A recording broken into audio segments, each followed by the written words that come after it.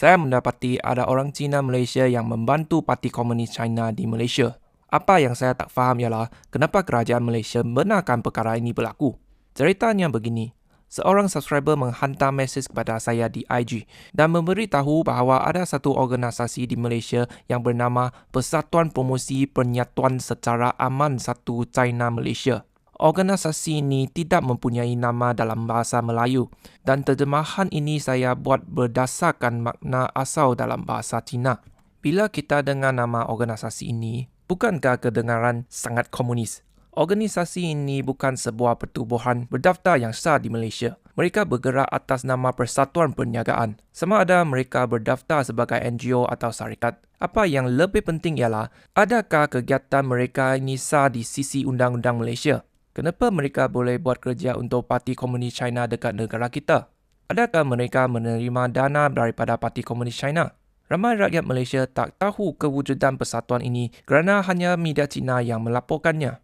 Mungkin mereka sendiri sedar persatuan ini tak patut diketahui oleh bukan Cina. Sebab itu, media Melayu dan English tidak dijemput membuat liputan.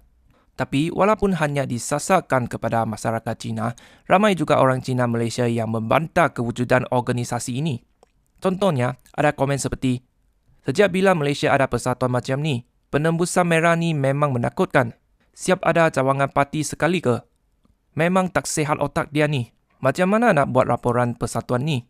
Cawangan mereka di Las Vegas, Amerika sebelum ini pernah terlibat dalam satu kes tembakan. Ahli dalam persatuan tersebut dipercayai telah mempengaruhi dengan kebencian politik terhadap Taiwan dan Taiwanese selama bertahun-tahun sehingga akhirnya melakukan jenayah tersebut. Saya percaya tiada rakyat Malaysia yang mahu kejadian seperti itu berlaku di negara kita. Selepas saya terbitkan video berbahasa Cina tentang persatuan ni, ramai yang mesej saya di IG dan kata orang-orang dalam organisasi ini ada backing yang kuat, terutamanya presidennya, Tan Sri Datuk Koo Yeon Kim. Ada yang cakap beliau ada kaitan dengan dunia gelap dan minta saya hati-hati. Tapi sama ada dia ada latar belakang gangster atau tidak, hanya dengan geraran Tan Sri pun kita tahu dia bukan orang biasa. Video ini saya hasilkan dengan penuh resiko, sebab saya rasa mesti ada orang yang berani bersuara tentang perkara ini. Saya harap anda yang sedang menonton video ini boleh kongsikan kepada lebih ramai rakyat Malaysia. Dalam akhbar berbahasa Cina, senarai penuh ahli organisasi ini telah pun didedahkan. Saya benar-benar berharap pihak berkuasa boleh siasat persatuan ini dengan lebih mendalam.